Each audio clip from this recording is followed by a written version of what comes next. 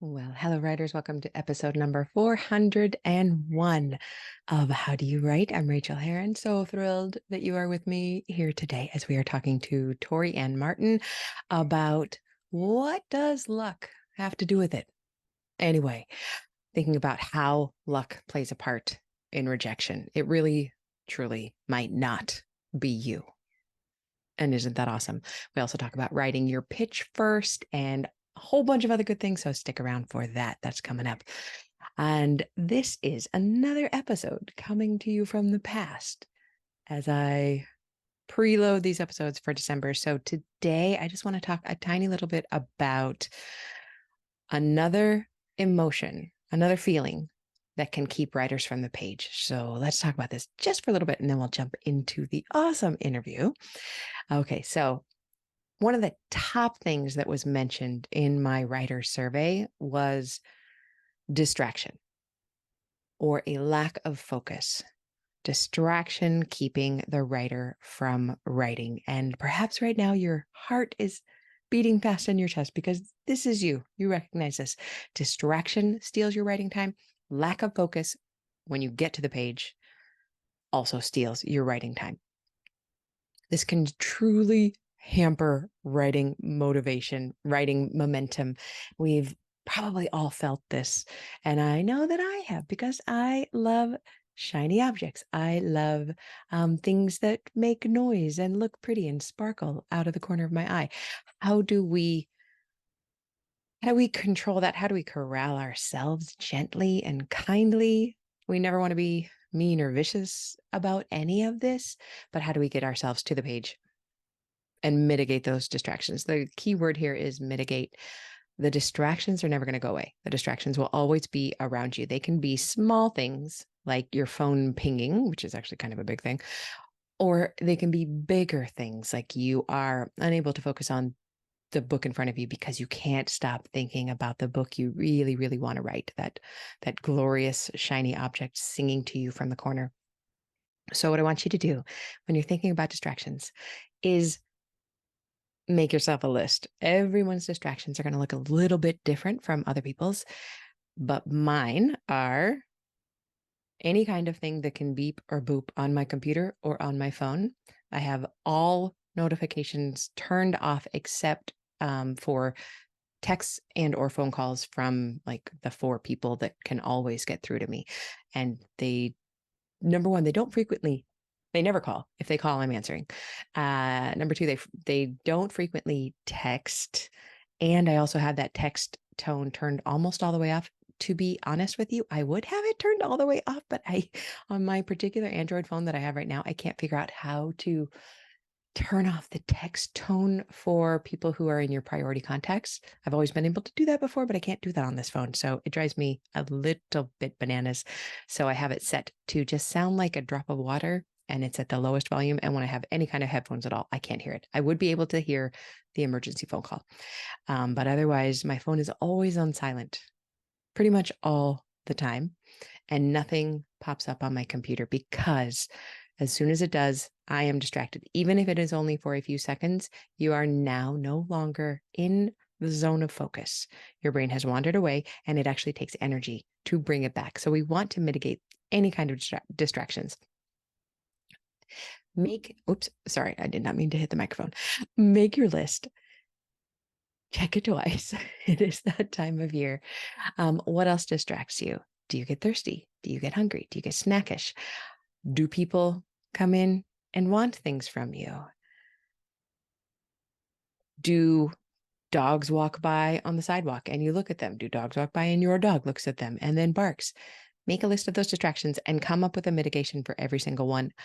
We normally want to either remove the distraction or remove ourselves from the distraction. And everyone's ability to do this will vary depending on their life circumstances, and how they need to do this will vary depending on what they have around them. But for me, and I've mentioned this on the show recently before, for this last month of NaNoWriMo, I just got into a really good groove by locking myself into the recliner. If I get super comfy in the recliner and I can't reach my phone, it's on the desk far, far away from me. In order for me to get comfy in the recliner, I have a pillow under one hip, a blanket under the other. I have a scarf behind my neck. I have 2 pillows on top of me, a quilt over my feet, and a writing platform desk holder beanbag thing that holds my laptop. So once I get into that position, I'm not moving for a while. And then if I go into Cold Turkey Writer, which I keep mentioning, there is a free version, but I bought the paid version because I like to be able to copy and paste in and out of it. If I go in there, once you put in the number of words that you are writing toward or the number of time that you will stay in there, you can't get out. Your computer can't do anything else, period, until either that time has run out or you have written the words. During November, I used it in time because honestly, my brain will always hack my way out of this, right? If I put in that I want to get 1,000 words and suddenly I want to check my email, I really have to check my email. It's really an urgent emergency. I know that I could write a couple of long sentences and then copy and paste, copy and paste, copy and paste. I've got 1,000 words and now I can break out of Cold Turkey Writer. But if I put in an amount of time, I'm just going to have to sit in my recliner and do nothing or write. So I write. It's been awesome. So that basically removes from me all distractions. People don't come and bang on my office door.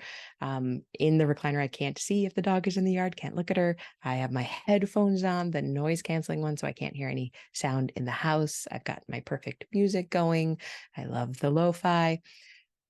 And that keeps me distraction free enough to really get words. So what does that look like to you? For a lot of people, it means you have to leave the house, whether you go to your local library or to a cafe or just out in your car. Where can you be distraction free? I think there is this myth that people should be able to write through distraction or ignore it enough to continue writing, but that is not true. When we're distracted, it takes so much energy to come back. It is oftentimes easier to stop writing. And that's what we don't want you to do. In terms of the bigger mental things that can be distracting while we're writing, like the shiny object syndrome, which a bunch of people mentioned, how do I maintain focus on the project that I'm working on while I'm being seduced by this new shiny object that I've never written before, and therefore I have not ruined yet. I have not broken it into a million pieces. It's perfect in my mind. Whereas the book I'm writing on is absolutely not perfect. How do I deal with that? My friends, I have an answer for you.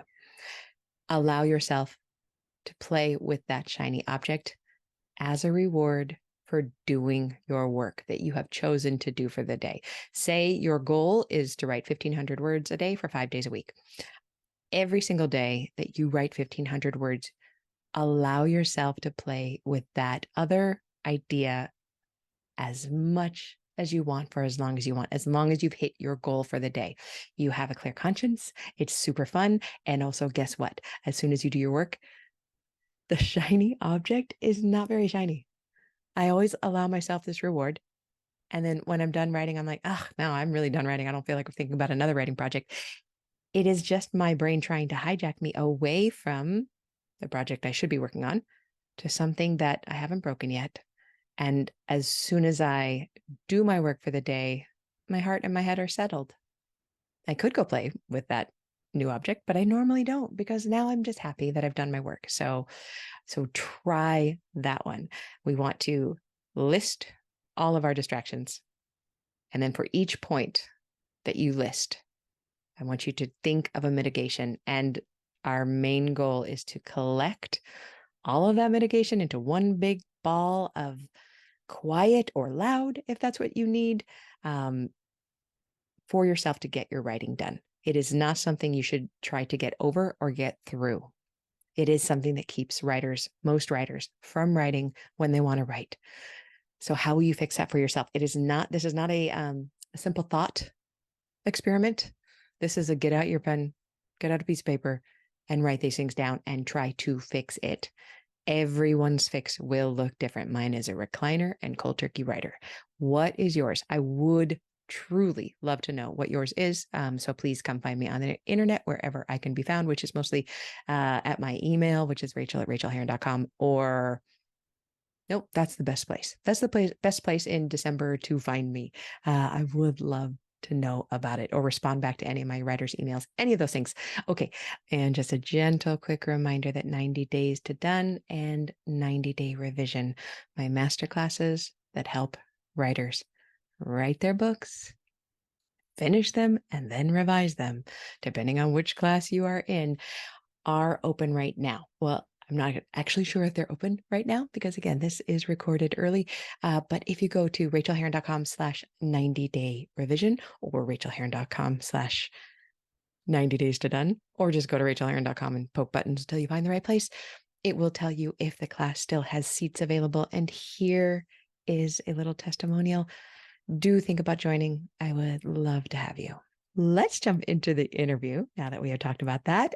Tori Anne Martin lives in New England, where she collects pen names, tattoos, and hoodies in shades of gray and black. Previously, she collected degrees, including a doctorate in psychology, where she studied interpersonal power, consent, and sexual assault. She much prefers writing romance. If you can't find her online, it's because she's lost in the woods. This Spells Disaster is her debut release. Please enjoy this delightful interview with Tori Anne Martin, and please get some of your own writing done. Lock yourself into whatever you need to lock yourself into to get some done, and then come tell me about it. Happy writing, my friends. Well, I could not be more pleased to welcome you to this show. Would you please share your name and your pronouns with us? Thank you for having me. My name is Tori Anne Martin, and my pronouns are she, her. Thank you. I love the way you just said Martin. Or where are you from? Because I have a friend from Yeah, my Vermont who accent says always that. seems to give me away. So I'm originally from Philadelphia, but I've lived in New Hampshire for a couple decades now. I just love that accent. It's so good. So thank you. All right. We were talking just before I hit record that you are writing in a genre that I'm going to be going into. So it's really exciting to talk to you about this, your foray into this genre under this name. So when did the book come out? Was it last month? It's September 12th. Okay, great. And how has it been having it out there? It's been fun, it's always exciting and busy and hectic, but it's a lot of fun. Yeah, yeah. What made you want to go into this genre? So I've been writing romance, but fantasy was always my first love. And so when witchy romance started becoming a thing, I was very excited, like, please let me jump in and join this, get on this bandwagon. And fortunately, Yeah. my editor was excited about that too. So Oh, awesome. I So tell us about your writing process. When and where and how do you get it all done? What does your writing process look like? Yeah, so I have a day job, which keeps me very, very busy full time. So I have to do my writing around that. So mostly I'm an evening writer. I try to squeeze out like a couple hours on the weeknights. Um, when I'm on deadline, I can sometimes try to fit in a little bit on the weekend, but that can be a little challenging. And yeah, I'd say the other excuse me, big thing about my writing process is I am very distractible. So I am always very envious of those people who can just go out to coffee shops and sit there and write. It looks so fun and peaceful and great to have that coffee right there, but I can't do that. So So what does the my, environment that is most conducive to your writing look like? I have an office and that's pretty much it. I shut my door, maybe I light a candle to get in the Mhm. headspace, and that's pretty much it. I just go. And being a distractible person, what are some of the processes that you put in place to kind of help you stay on the page for as long as possible? I really don't have any, to be honest. It's really just when I get into it, I will get into it and I kind of will zone out. It's more of that trying to get myself to that point, especially because writing in the evening, I'm tired, and by the time I can write, it's like, oh, I want to do anything but write, all day Yeah. long. I'm Yeah. excited then. That that to me sounds so difficult. I was always the kind where when I still had the day job, I would literally get up at 3:30 or 4 in the morning to write before I went to these 12-hour shifts because I couldn't imagine writing at night after I'd already used all of my brain cells. Do you ever like, and this is absolute curiosity because I don't know, I've never been able to make it work. So do you ever sit down and think, oh no, I'm spent, but then you like hook in to the writing and then you get it done? What does that feel like? Um, it always feels kind of like a miracle to be honest, when it happens, but I mean, at this point, I've been doing this for a few years, so like I know like most of the time I'll get there and I will get it done. But I really live for those days when it's like I can take a vacation day today and I'm going to, because I'm a Uh, much more of a morning person and yeah. dedicate those morning hours to writing. That's the best. But the Yeah. rewards. The reward to write on the vacation day. I love it. What is your biggest challenge when it comes to writing? Gotta think about this one. I say it's either plot or description, but probably I'll go with plot. Like, I know I have to get my characters from A to B, and then how do I actually get them to B is, and then to C. So I am a big outliner. Like if I don't have an outline, if I don't have a roadmap, my characters would just be sitting there talking to each other in white rooms. 'Cause that's where the description part comes in, and just not doing anything. So that's I'm basically the exact same person as you. I I don't s- I, am all speaking of envy, I'm always so envious of the people who say that they can just see the movie in their mind and then they just describe it. I don't think I have I think it's called aphantasia, where you don't have a mind's eye at all, because if you tell me to picture an apple, I can picture a very rudimentary apple, but mostly I don't have that mind's eye. Do you feel the same way? Yeah, I am pretty good. Like I can make the visuals happen, but like it's not a natural process when I'm Yeah. writing. Like I actually have to stop and think about, okay, what does this look like? And I'll frequently like be like a second pass basically. I'll do Yeah, like a whole me too. second pass just to layer in that description. I have a whole pass that I just layer in description and setting description and character description because I just don't bother with it the first few Yeah. times through.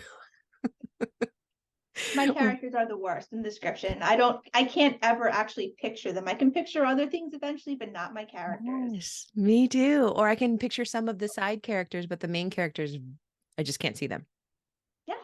And I feel that way about people I love too. Like, after my mom died, I can't see her in my face, but I can see, Luke on the Gilmore Girls, not a problem. But yeah, so I wonder if that has something to do with the main characters because I love them so much, I just can't see them. Maybe. I wonder. Something to think about. What is your biggest joy when it comes to writing?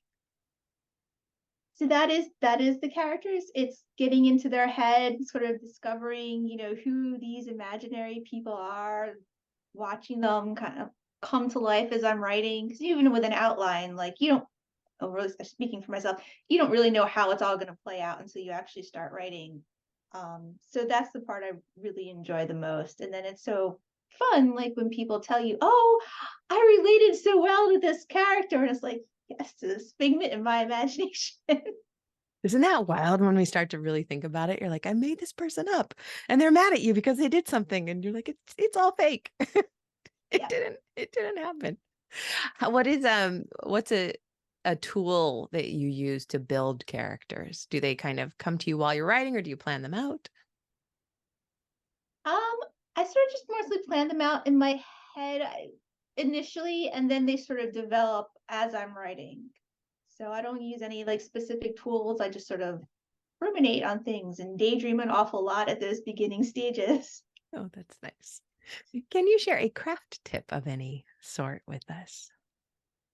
Sure. My favorite tip is one that it took me a little while to learn, but that is before I actually start drafting anything, I basically write a pitch or like a query like summary for the book that I'm doing. Because what I've learned is that if I can't sort of distill the premise of this book into, about 250 words that are compelling and that make sense to someone else, then there's probably a problem with what I'm trying to write. So that was Mm, my epiphany is I needed to learn how to do that. that is so good. I like that you say it's like the query like pitch.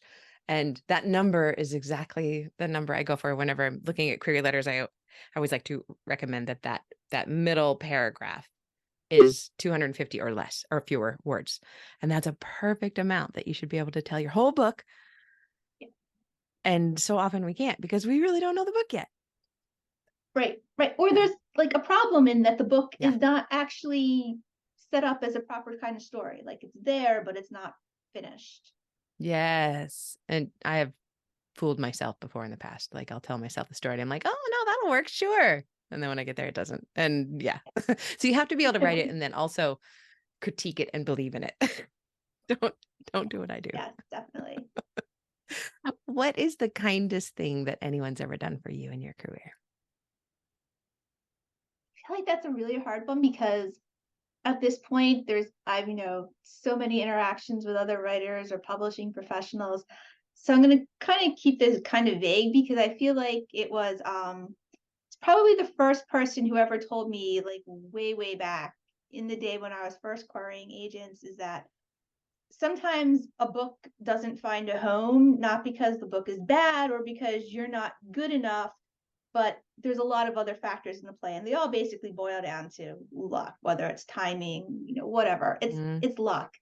And all that beginning writing advice I had been reading to that point was just like, oh, well, it just means you're not there yet, or you didn't write a good enough book. And so it's so easy to just berate myself and say, maybe I can't actually do this. So to have someone come along finally and say, well, it might not be you. I love that. That is so important. And I think we do not talk about that. What a kind thing for that person to tell you. And it's also hard to believe, but like I know for a fact that my first book sold because it was a knitting romance. And this was right after Mhm. Friday Night Knitting had come out, and every publisher was looking for knitlit. And it didn't have anything to, I mean, my book was fine and it needed a lot of revision, but it only got noticed because I had the luck of being in the right place at the right time. That's it. That's all.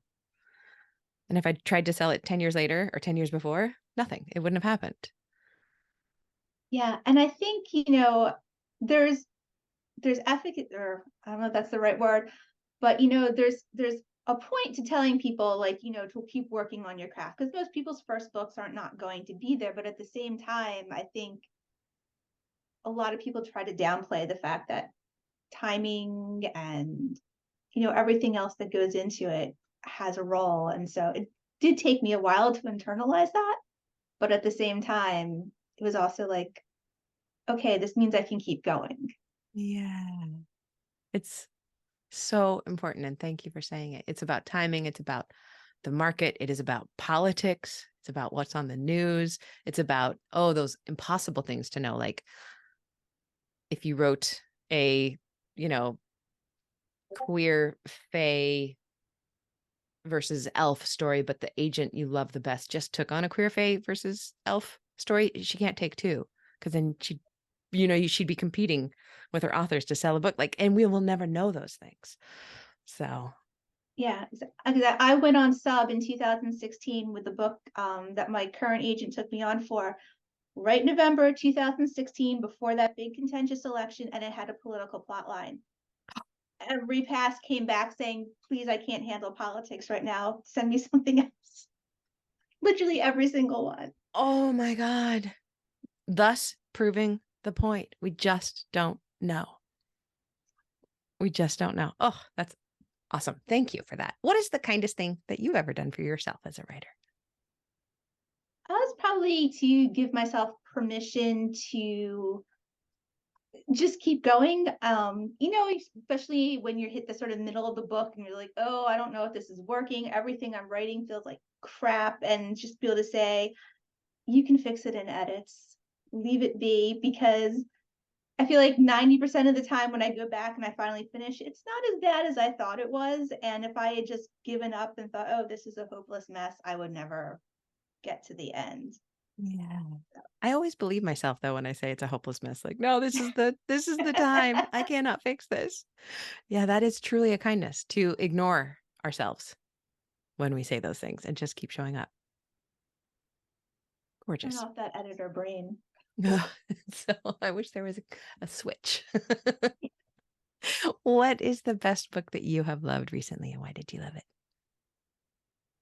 I have read, I have to say, a lot of very, very good books recently. I'm kind of in the opposite of a reading slump, Oh, so yeah. trying to pick one is a challenge, but I will go with A Demon's Guide to Wooing a Witch by Sarah Holly, which comes out at the end of November. It's She's just, great. yes, it's such a fun series. They're funny, they're romantic. I love her world building, so that will be my choice. Is this the second one in the series? Is that This is right? the second one Yeah. in the series. Yeah. That's awesome. Thank you. And can you please now tell us about this spell's disaster? So, This Spells Disaster came out in September, and it is a queer witchy romance about a witch who offers to fake date her crush. And when her crush starts to fall for her, is afraid that it's because she accidentally gave her a love potion. So, it's fake dating, it's possible love potions. There's lots of pinings. It's set at a festival mostly. Um, yeah, I think It's it's fun. it's so high concept. I love that. And also the title is so great. This spells disaster. Like that is so clever. Did you come up with that or was that the marketing team? I did come up with that. I'm very Good proud of that title. job. We know that most of the titles we ever come up with do not make it onto the book. No, no, it's true. That's so Titles are great. hard. They're the worst. That's lovely. Where can we find you out there on the internet? I'm mostly on Instagram at this point, although I'm in kind of a bit of a social media lull at the moment, coming off of the book release. But I'm on Instagram as TA Martin Author, and I also have a newsletter, which is a little sporadic, but I do have that. And where can they find that newsletter? That's on my website at toriannemartin.com. Perfect. And that's Anne with an E. Thank you so much, Tori Anne. It was such a delight to talk to you. I appreciate you being here today and best of luck. Thank you. Thank you for having me. It was fun to talk to you.